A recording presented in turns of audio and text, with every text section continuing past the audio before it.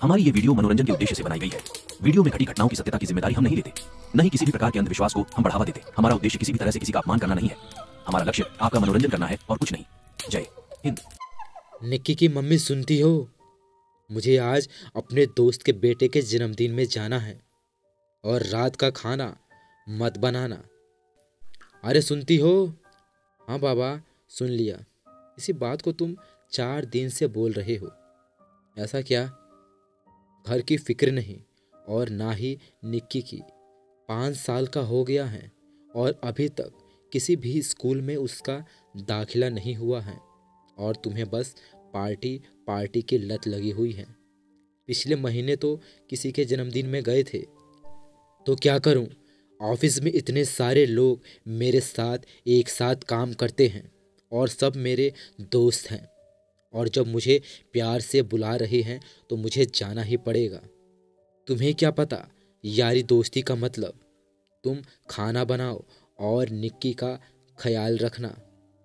मैं रात तक या कल शाम तक घर वापस आऊँगा। देर हो गई तो मैं तुम्हारे पास फ़ोन कर लूँगा। उस दिन मेरी पत्नी मुझ पर काफ़ी ज़्यादा गुस्सा थी और ठीक ही बोल रही थी। मेरा बेटा 5 साल का हो गया था और मैंने अभी तक उसका किसी भी स्कूल में नाम नहीं लिखवाया था। अरे निक्की की मम्मी, एक बात और। अब क्या है? अच्छा, परसों मैं निक्की का एक अच्छे इंग्लिश मीडियम में नाम लिखवा दूंगा।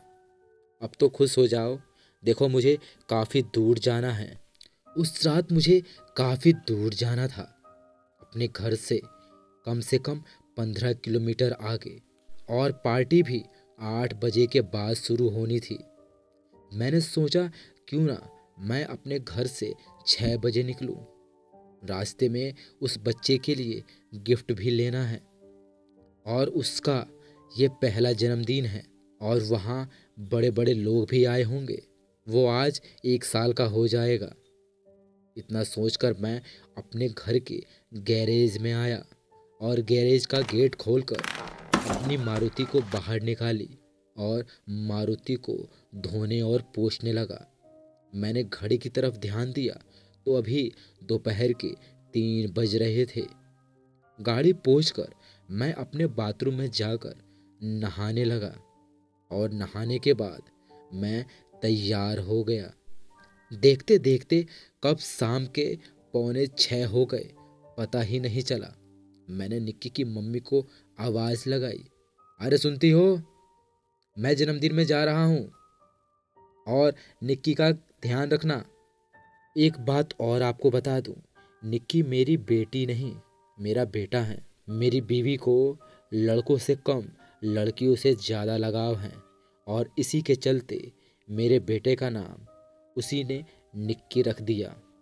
मैं अपनी पत्नी से इतना कहकर घर से निकल गया और अपनी मारुति स्टार्ट की और आगे बढ़ने लगा। कुछ दूर आगे बढ़ने के बाद मैंने गाड़ी एक पेट्रोल पंप पर खड़ी कर दी और बाजार से गिफ्ट लेने चला गया। वहाँ से लौटते हुए मैंने अपनी गाड़ी की पेट्रोल टंकी में पेट्रोल भरवाया और हाईवे की ओर बढ़ने लगा। मैं अभी कुछ दूर ही गया था, तभी मुझे एक बूढ़ी महिला रोड पर अकेली दिखाई दी और वो मेरे गाड़ी की तरफ ही हाथ दे रही थी। मैंने अपनी गाड़ी उसके पास जाकर रोक दी और जाकर उस बुढ़िया से पूछा, कोई परेशानी है? वो बुढ़िया बोली, हाँ बेटा, मेरे पोते की तबीयत खराब है और मैं अभी अभी गांव से आ रही हूँ।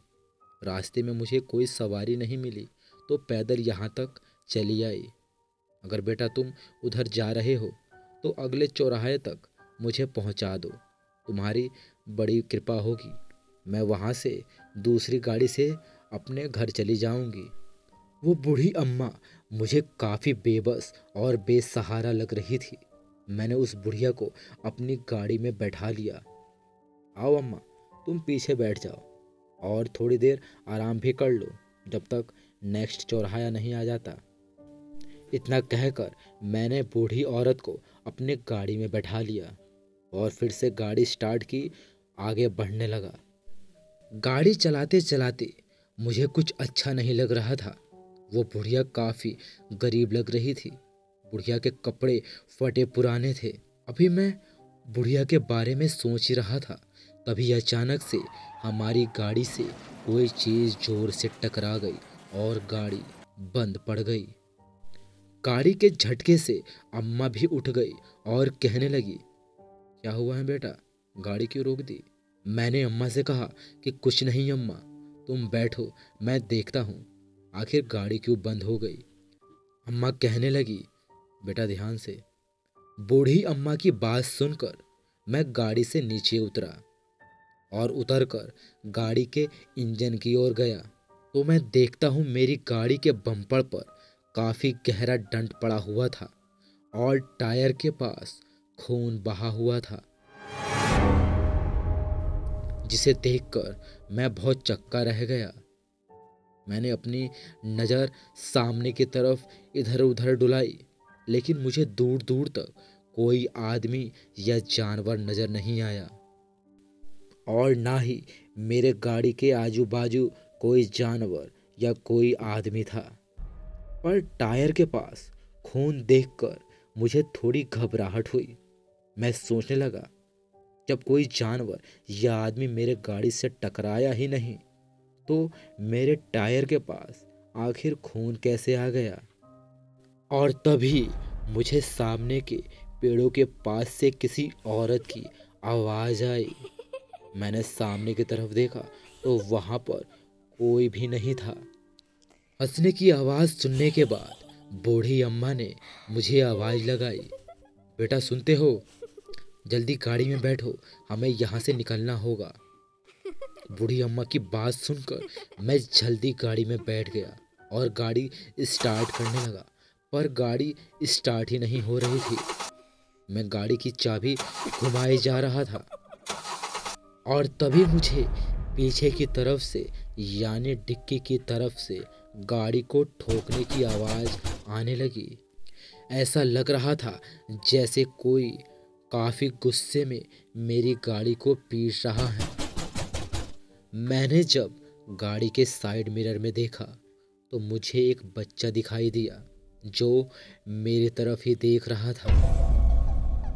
तभी वो बच्चा ठीक अम्मा के दरवाजे के पास आ गया और शीशे को पीटने लगा। वो बच्चा देखने में काफ़ी डरावना लग रहा था। उसकी आंखें काफ़ी डरावनी थी।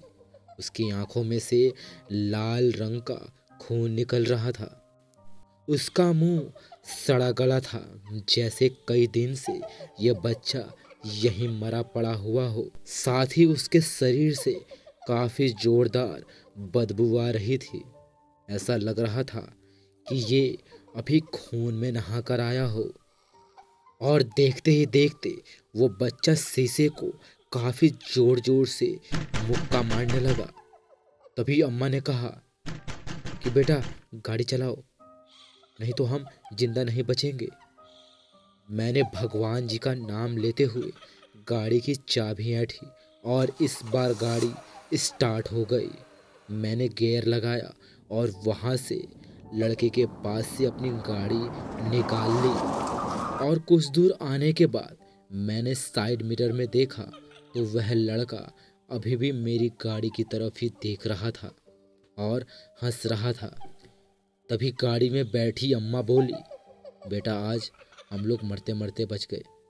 मैंने अम्मा से पूछा, आप इतना डर क्यों गई थी और वो बच्चा कौन था? तो अम्मा कहने लगी, वो बच्चा नहीं, एक बच्चे का भूत था। तुमने उसकी आंखें और मुंह नहीं देखा? वो इतनी काली रात में भी दूध की तरह चमक रहा था। मैं उसी वक्त समझ गई जब तुम गाड़ी खोलकर नीचे उतरे थे। और वो अम्मा इतनी रात को वहाँ क्या कर रहा है? बेटा कोई हादसा हुआ होगा या किसी हादसे में वो बच्चा वहीं मर गया होगा, जिस कारण वो इधर उधर भटक रहा है। और ध्यान से बेटा, इस रास्ते अब दोबारा भूल कर भी मत आना, नहीं तो वो तुम्हें जिंदा नहीं छोड़ेगा।